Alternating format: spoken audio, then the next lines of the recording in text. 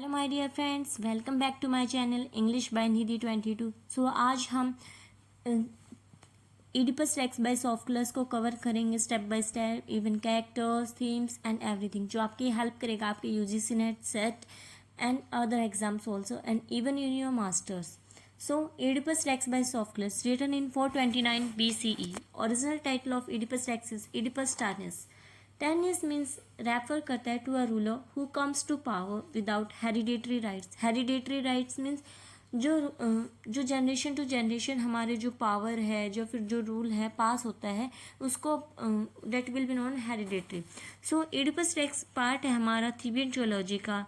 The Theban trilogy include Antigone, Oedipus Rex and Oedipus at Colonus. जो play है ये हमारा सेट है सिटी ऑफ थीब्स में. जो major characters on the right side are Oedipus the king Laius the previous king of the city, Jocasta wife of Oedipus and mother. ये आप लोगों को बाद में समझ आएगा क्यों मैं जोकास्टा को इवन मदर एंड वाइफ कह रही हूँ एडिपस के. Tiresias blind prophet and Creon brother in law of Oedipus. So जो हमारी स्टोरी है स्टार्ट होती है from the city of Thebes, जहाँ पे प्लेग आया हुआ है, even women dying during childbirth, जो फार्मर सफ़र कर रहे हैं, जो डिजास्टर फैला हुआ है चारों तरफ, जो प्रीट्स आते हैं जो रॉयल पैलेस में जो हमारा एडिपस है जो किंग है उससे हेल्प लेने के लिए, जो आप है जो हमारे सिटी में जो प्लेग आया हुआ है इससे हमें बचाए.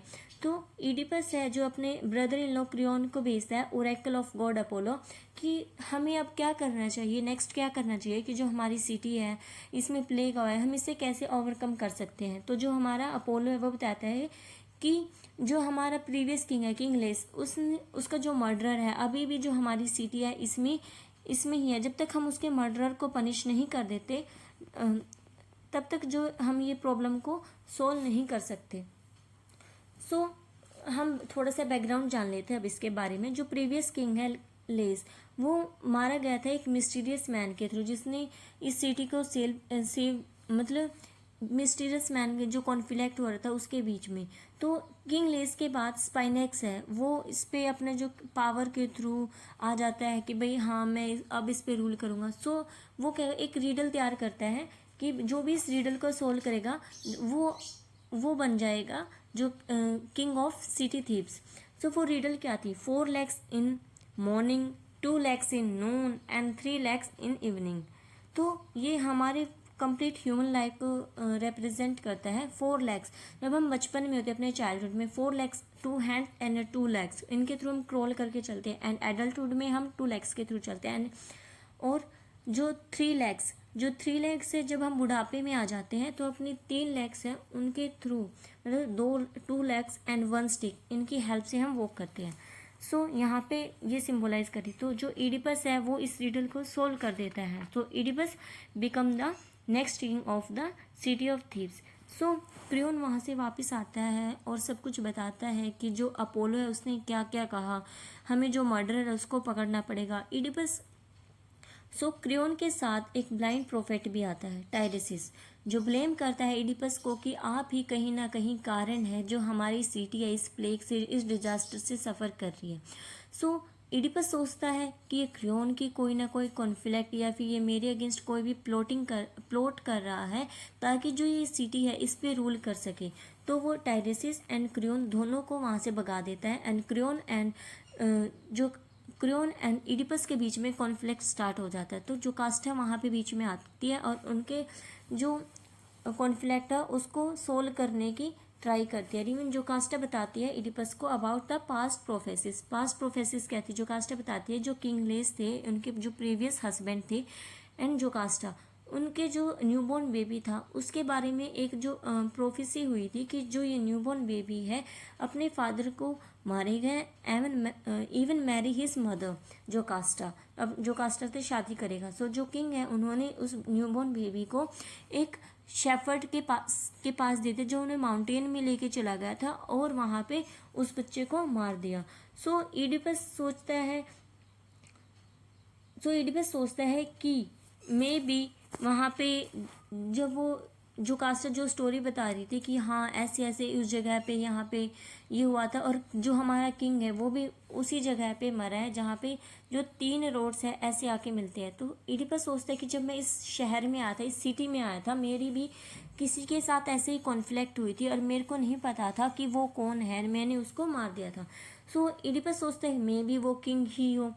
तो तभी वहाँ पे जो मैसेंजर आ जाता है फ्रॉम द इडिपस, जो इडिपस जहाँ पे रहता था, सिटी ऑफ कोरिनथ, वहाँ से। और वहाँ पे बताता है कि जो सिटी ऑफ कोरिनथ का जो किंग है पोलिबस, वो ड्यू टू ओल्ड एज वो मर गया है। एंड तो इडिपस अभी भी सोच में है, क्योंकि उसके लिए भी एक प्रोफेसी हुई थी, एक भविष्यवाणी हुई थी कि वो अपने फादर को मारेगा and even sleep with his mother. तो वो सोचते हैं कि शायद एक ही तो सच नहीं हुए, क्या पता दूसरी सच हो जाए। तो वो मैसेंजर बताता है कि आपके लिए प्रोफेसी सच हो ही नहीं सकती, क्योंकि आप जो हमारे किंग ऑफ कॉर्नेथ हैं इनके रियल सन हो ही नहीं। आपको तो मेरे को एक शेफर्ड ने दिया था आपको, कि जो इडिपस है वो एक शेफर्ड उसको मारना चाहता था, बट उस शेफर्ड ने उसको मारा नहीं, शेफर्ड ने उस मैसेंजर को दिया एंड मैसेंजर ने उस किंग को दिया, किंग ऑफ कोरिनथ को दिया, जो इडिपस है, जो न्यूबॉर्न बेबी था। सो जो वो न्यूबॉर्न बेबी है वो है हमारा इडिपस। तो इडिपस जान जाता है कि अब वो रियल सन नहीं है, तो उसके लिए प्रोफेसी नहीं होगी।